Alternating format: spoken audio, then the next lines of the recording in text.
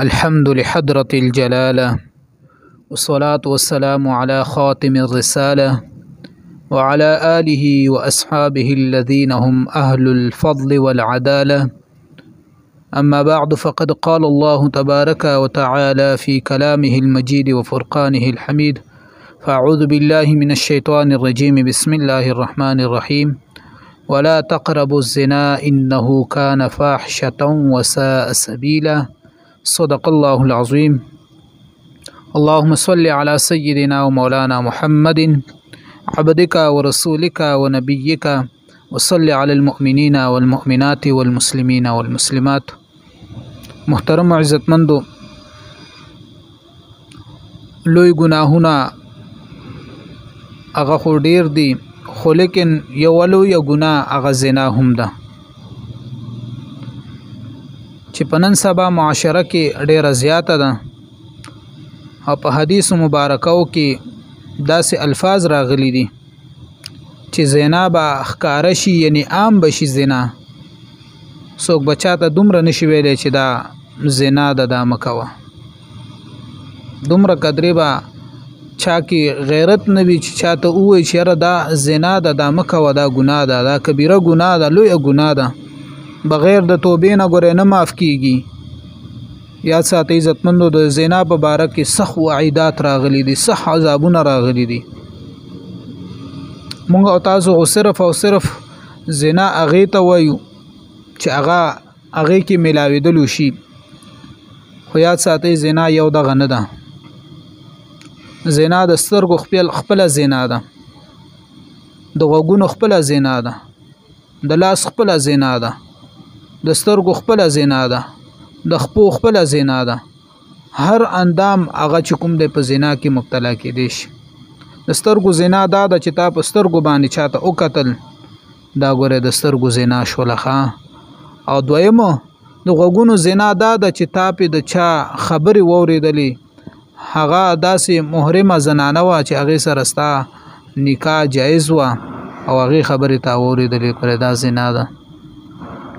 یا چې کوم دی داسې تا لاس مسه کړله، هغه ګوره زنا ده. تا په دغه خپو باندې هغې دپاره مزل وکړلو، دا زنا ده. یاد ساتئ، الله جل جلاله دې وکړي چې موږ د ټولو زناګانو نه محفوظ شو، او د هرې ګناه نه، بلکې د هرې ګناه نه موږ او تاسو محفوظ شو. څومره کتونکي چې دي دا ویډیو مخکې شیر کوي چې هر مسلمان د زنا نه بچ شي. د زنا یو څو وعیدات، یو څو حدیث مبارکه هغه ستاسو د وړاندې زه تاسو ته بیانوم.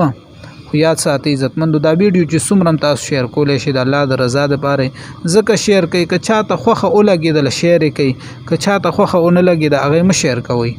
خو که چېرې زما او ستا د دې ویډیو په وجه باندې یو کس هم د زنا نه بچ شولو او دا عذاب یې واورېدلو او د دې عذاب نه یره پیدا شوله، نو ما او ستا دپاره بس دغه ثواب هم کافي دی، بس دا زما او ستا دپاره کافي دی. یاد ساتئ عزتمندو، حدیث مبارک کې راځي، حضرت بریده رضی الله تعالی عنہ مبارک نه روایت دی. دا مبارک فرمایي چې حضور علیه السلام مبارک فرمایلی دي چې و اسمانونه او و ځمکې په زناکار باندې لعنت وایي. الله اکبر، استغفر الله. و اسمانونه او و ځمکې په زناکار که سړی وي او که ښځه وي په هغه باندې لعنت وایي. الله الله الله الله د موږ داسې ګناه نه وساتي چې ټول و اسمانونه و ځمکې دا پې لعنت وایي. او په جنت کې به د دې د شرمګانه داسې بدبو خیږي چې جهنمیان به هم ترېنه څه غواړي پریشانه وي. یعنی د دوی د شرمګانه به داسې بدبو خیږي، داسې بدبو چې د هغې د وجې نه به جهنمیان د هغې نه څه غواړي، پریشانه به وي، پناه به ترې غواړي، جهنمیان به ترې پناه غواړي او هغه به ترې پریشانه وي. او بیا به داسې په اور کې په داسې عذاب کې دغه ځایونه سېزلی کېږي چې هغه ډېر زیات سخت عذاب دی. الله جل جلاله دې ټول مسلمانان وساتي. او بل حدیث پاک کې راځي، حضرت ابو هریره رضی الله تعالی عنہ مبارک نه روایت دی. مبارک فرمایي چې حضور علیه السلام مبارک فرمایلی دي چې زناکار چې کله زنا کوي نو د دنه ایمان اوزي او د دنه د ایمان اوچت شي او د د پاسه دغه ایمان ولاړ وي الله، استغفر الله، استغفر الله، استغفر الله. چې کله یو انسان زنا کوي نو دغه انسان نه د ایمان اوچت شي، دا ایمان تینه اوچت شي او د پاسه هغه ایمان ولاړي. یعنی که په دغه حالات کې انسان ته مرګ راغی دا به ایمان دنیا نه لاړي. استغفر الله.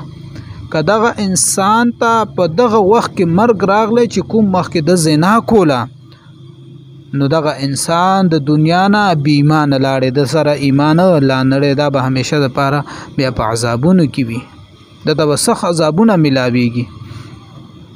او چې کله دا زنا نه فارغ شي او هغې نه پس دا دته واپس دغه خپل ایمان راشي.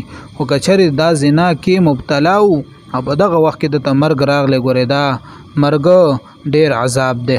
په دې مرګ باندې دا بې ایمانه دنیا نه تللی دی. همدغه شانته یو بل حدیث پاک کې راځي، حضور علیه الصلاۃ والسلام مبارک می فرمایلی دي چې کوم یو سړی چې د بل سړي سره بدکاری کوي او بغیر د توبې نه مړ شولو نو قبر به قبر کې به دا د خنزیر په شکل باندې پروت وي. استغفر الله. کوم انسان د یو سړي د بل سړي سره زنا وکړله، بدکاری وکړله، نو دغه انسان به قبر کې د بد خنزیر په شکل باندې، یعنی د خنزیر په شکل باندې به دغه انسان په قبر کې پروت وي. نو الله جل جلاله د هر مسلمان د زنا نه وساتي. او بل خدای پاک جل جلاله په قرآن عظیم شان کې فرمایي چې ولا تقربوا الزنا، او تاسو زنا ته منځدې کیږئ. نو خدای پاک راته وایي چې منځدې کیږئ او موږ د هغې باوجود زنا کوو، نو دا خو موږ د خدای پاک جل جلاله سره یو زور او زبردستی کوو. نعوذ بالله من ذلک. داسې نشي کېدلی. خدای پاک وایي مه کوئ دا ګناه، دا زنا مه کوئ، دې ته تاسو منځدې کیږئ. نو موږ او تاسو له څه پکار دي چې بیا د خدای پاک د خبرو باوجود چې خدای پاک حکم هم کړی دی چې زنا ته مه نږدې کیږئ او د هغې باوجود هم موږ بیا هم زنا ته نږدې کیږو، یا هرې ګناه نه خدای پاک موږ او تاسو منع کړي یو او بیا د هغې باوجود ما ستا ګناه کوو، نو سوچ کوه دا د ګناه د پاسه بله ګناه ده. ښه نیا ساتي عزتمندو. الله جل جلاله دې موږ او تاسو ټول مسلمانان د زنا نه محفوظ کی، د برې چې هر قسم ګناه ده، هر ګناه ده الله جل جلاله ټول مسلمانان محفوظ کی. آمین یا رب العالمین. واخر دعوانا ان الحمد لله.